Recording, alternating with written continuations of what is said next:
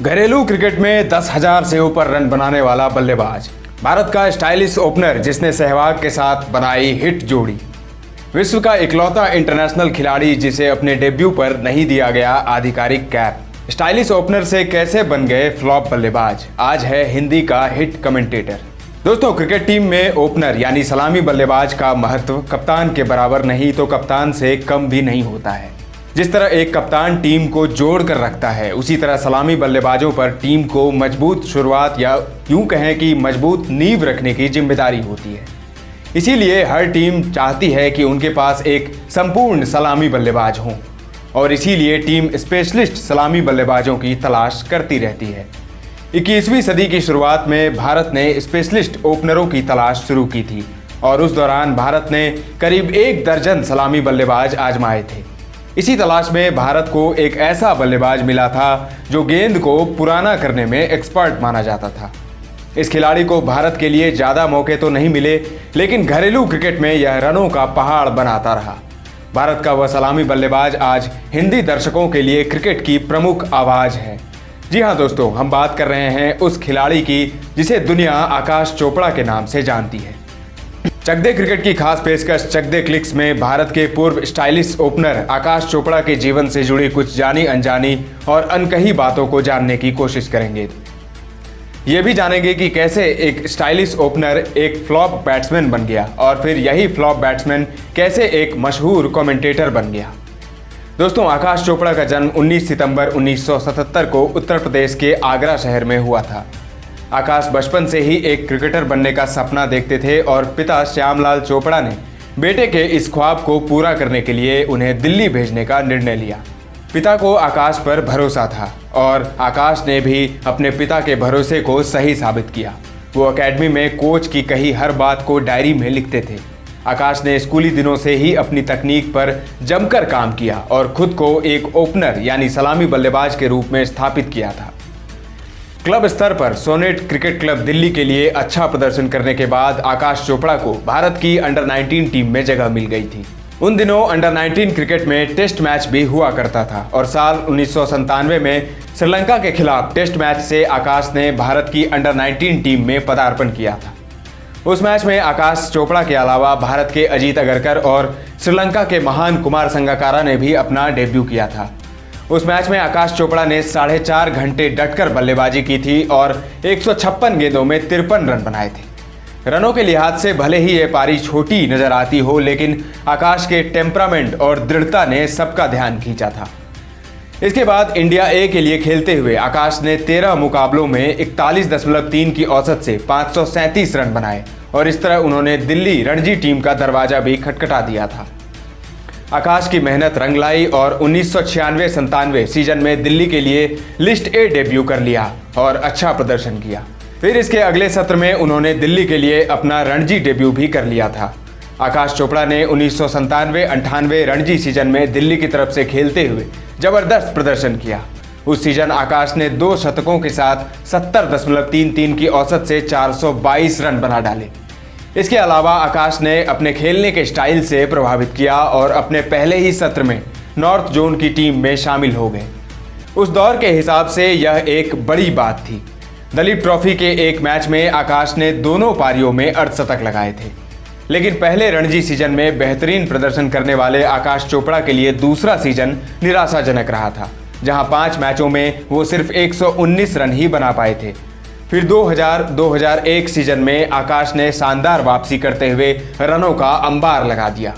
उस सीजन आकाश ने 70.38 की बेहतरीन औसत के साथ 915 रन बनाए थे। इस दौरान एक पारी में रिकॉर्ड 222 रन बनाकर आकाश ने सनसनी मचा दी थी और अब आकाश चोपड़ा का नाम भारतीय क्रिकेट के गलियारों में गूंजने लगा था। लेकिन इसी बीच उन्हें घुटने में चोट लग गई और वो क्रिकेट से दूर हो गए। घुटने की चोट से उबरने के बाद आखिरकार वर्ष 2003 में आकाश ने भारत की तरफ से अपना अंतर्राष्ट्रीय डेब्यू कर लिया। अपने डेब्यू मैच में आकाश चोपड़ा ने 42 और 31 रनों की छोटी मगर आकर्षक पारियां खेली। आकाश के इंटरनेशनल डेब्यू से जुड़ा एक किस्सा भी काफ़ी खास है, जिसका जिक्र करना जरूरी हो जाता है। दरअसल परंपरा के अनुसार किसी भी डेब्यूटेंट को टीम का कप्तान या कोई अनुभवी खिलाड़ी कैप देता है, लेकिन आकाश के वक्त टीम मैनेजमेंट ये परंपरा भूल गई और इस तरह आकाश बिना आधिकारिक कैप के ही मैदान में उतरे थे। एक डेब्यू मैच के बाद दूसरे मैच में आकाश ने दोनों पारियों में अर्धशतक बनाए थे। पहली पारी में 52 और दूसरी पारी में 60।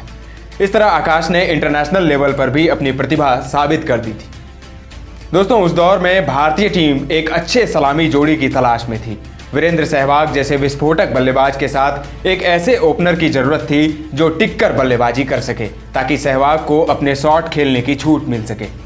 आकाश चोपड़ा के रूप में टीम की तलाश पूरी होने वाली थी, क्योंकि आकाश एकाग्र होकर घंटों बल्लेबाजी कर सकते थे और नई गेंद को पुरानी करने में उन्हें महारत हासिल थी। आकाश की इस प्रतिभा ने उन्हें जल्दी ही टीम का मुख्य सलामी बल्लेबाज बना दिया। ये आकाश की एकाग्रता और सहवाग का बेबाक अंदाज का ही नतीजा था कि साल 2004 का ऑस्ट्रेलियाई दौरा भारत के लिए ऐतिहासिक साबित हुआ था। उस दौरे पर आकाश ने बल्ले के साथ साथ अपनी फील्डिंग से भी सबको प्रभावित किया था। आशीष नेहरा की नो बॉल पर शॉर्ट लेग में आकाश ने जो जस्टिन लैंगर का कैच पकड़ा था, वो आज भी सर्वश्रेष्ठ कैचों की लिस्ट में टॉप पर आता है।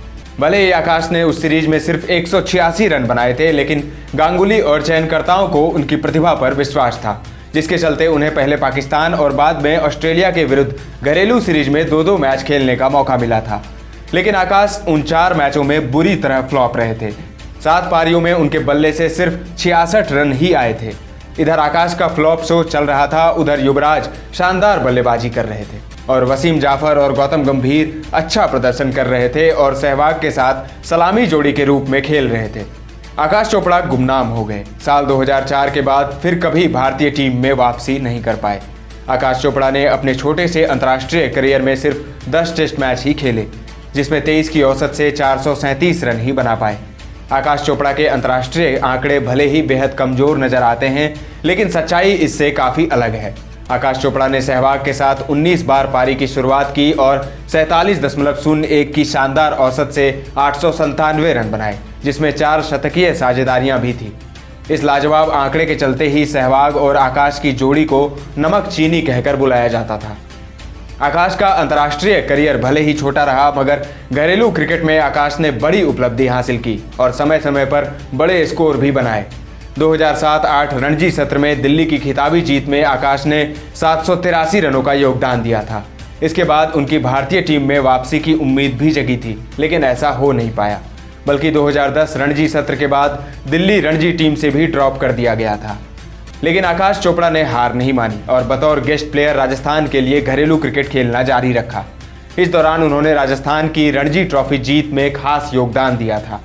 हालांकि राजस्थान के लिए भी वो बस 2013 तक ही खेले और अंत में साल 2015 में क्रिकेट के सभी प्रारूपों से संन्यास ले लिया। संन्यास के वक्त आकाश ने 162 फर्स्ट क्लास मैचों में 45.35 की औसत से 10,839 रन बनाए थे, जिसमें एक 13 शतक भी शामिल था। घरेलू क्रिकेट के आंकड़े दिखाते हैं कि आकाश चोपड़ा किस दर्जे के खिलाड़ी थे। आकाश चोपड़ा का जिक्र करते हुए एक बार सौरभ गांगुली ने कहा था, आकाश कमाल का टेस्ट बल्लेबाज है, मगर वो आज की क्रिकेट के हिसाब से स्ट्रोक प्लेयर नहीं है, वो अपने ज़माने से पीछे का बल्लेबाज है। क्रिकेट से संन्यास के बाद भी आकाश क्रिकेट से जुड़े रहे। बतौर हिंदी कमेंटेटर वो क्रिकेट की आवाज़ बनकर अपने प्रशंसकों से जुड़े हुए हैं। साथ ही वो 4 किताबें भी लिख चुके हैं, जिनमें आउट ऑफ द ब्लूज और बियॉन्ड द ब्लूज पर मशहूर क्रिकेट पत्रकार सुरेश मेनन ने कहा था, ये किसी भी भारतीय क्रिकेटर द्वारा लिखी गई सर्वश्रेष्ठ किताब है।